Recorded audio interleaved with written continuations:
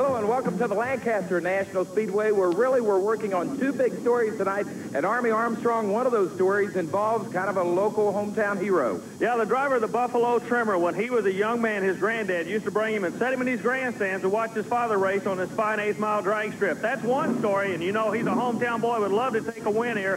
The second story that I'm really excited about is Gary Porter with the Carolina Crusher. He is the third national points leader at this time. The Gravedigger's been there, the Equalizer's been there, but Gary Porter has fought his way to the top, and he has a substantial national points lead.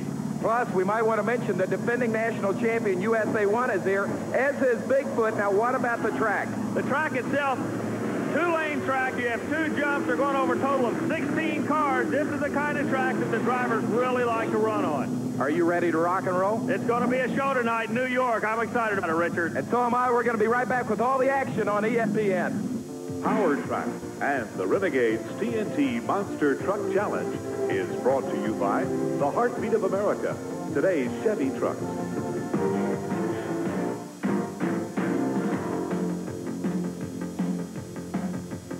The nation's only TV show devoted to the Monster Truck Championship Points Racing Series. We're at the Lancaster Speedway on the outskirts of Buffalo, New York, as we are kicking off the mini circuit of New York. Now, to help us kick the circuit off, this is Doug Rose and the Green Mamba Army, and this is one heck of a jet dragster. Oh, Doug Rose has been around for many years, thrilled many people, and he's still got what it takes. An interesting gentleman. And Rose will be doing his thing, like you say, to start things off kind of with a bang, Richard Leek, as we start the New York Mini Tour. And let's give you a rundown of how they are going to pair off in the first round. Your top qualifier with an unbelievable time of 7.95 in qualifying is USA 1. He'll get a bye run in the first round. Then it's Nick Rossi's Jersey Outlaw, driven by Mike Wine against the Mad Dog and one of the Breen boys. We'll have Carolina Crusher, your new national championship points leader, Gary Porter, against Wild Hare and the other Breen boy.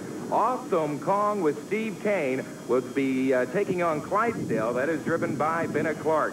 Super Dave Lysork, the Nightlife Chevy, up against the Ford, No Problem, and John Moore. Then it's Bigfoot with Andy Brass against the hometown boy, Buffalo Trimmer, and John Kwasniewski. And that's the way they're going to race in the first round. I guess all the guys are glad they're not going to be racing against the Green Mamba here. Well, they definitely are. Like you say, what we've done, we've gone through driver introduction. Rose brings out his vehicle for an exhibition for the people right here on the 8th-mile track. Look at the run. Very impressive.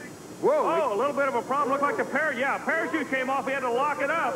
I call that a big problem. Yeah, well, for him, yes, it was. The parachute laying on the ground. Meanwhile, the drivers are suiting up and they're ready to go racing right now as Rose climbs out of the vehicle.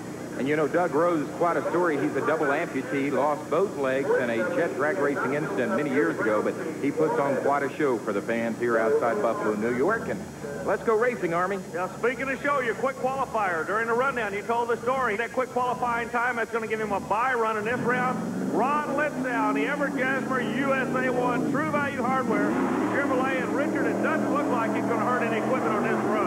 He takes it nice and easy. All he had to do to advance to the quarterfinals is make it to the finish line, and 28-year-old national champion Ron Litzow does that. Now let's go side-by-side racing. Out first it is John Breen, the Mad Dog Chevrolet. John is 36 years old. He comes to us from Barnett, Missouri, and he is taking on the Jersey Outlaw, the Ford of Mike Wine, out of Pensacola, New Jersey. Mike, this is his first year of monster truck racing, 27 years old. Mike Wine has done an outstanding job to be a rookie driver, being the first year out. He goes up against one of the old tried-and-true veterans, being the Mad Dog Chevrolet. Chevrolet versus Ford. Look at here, we've got a good run going. Chevrolet to the inside of the truck, pulls out, puts the Wine trying to come back. Whoa, what he did it. I want to say, yeah, Jersey Outlaw, but he did it in about the last 3 or 4 feet, Richard. Mike Wine comes back in a big way and gets advanced to the quarterfinals. We're going to advance on with more first-round action. Here is the other half of the Bad Breen Boys Racing Toys operation. It is the Wild Hare Chevrolet up against your new national points leader, Gary Porter, Carolina Crusher, also a Chevy. Boy, Porter has clawed his way to the top for this national championship. Like we said in the opening, he's the third truck to be national points leader. He's looking good right now. Meanwhile, Brinkset's over here with an officially named vehicle. He's no Harley-Davidson motorcycle rider. Wild Hare going after the Carolina Crusher. The Crusher. But old Bob Bream, each week, Richard keeps getting better and better and coming along on this tour. But it's the Carolina Crusher, Gary Porter. We call him the real American. Normally flies an American flag off the back of that Chevrolet. He'll advance into the quarterfinals. We're going to advance down to trackside. Well, Gary, that's the first step in keeping that flag that you said you're going to hang on to, but there's a whole lot of air out there between the jumps. It is. It sure is. You come off that first set of cars, you're getting a little air, and you had to be exactly straight lined up for the second set of cars because so close together. Then we get a lot of air on the second set of cars. When you guys go for that second set of cars, is it just kind of like laying all the cards on the table? You know the finish line is right at the end of it. You just pull the trigger and see if you can get it. That's more or less it because, you know, if you don't do it, the other guy might, you know, and the race is won and lost right there. Well, stay with us. When we return, it's racing between Awesome Kong and Clydesdale. Nightlife against No Problem and Bigfoot.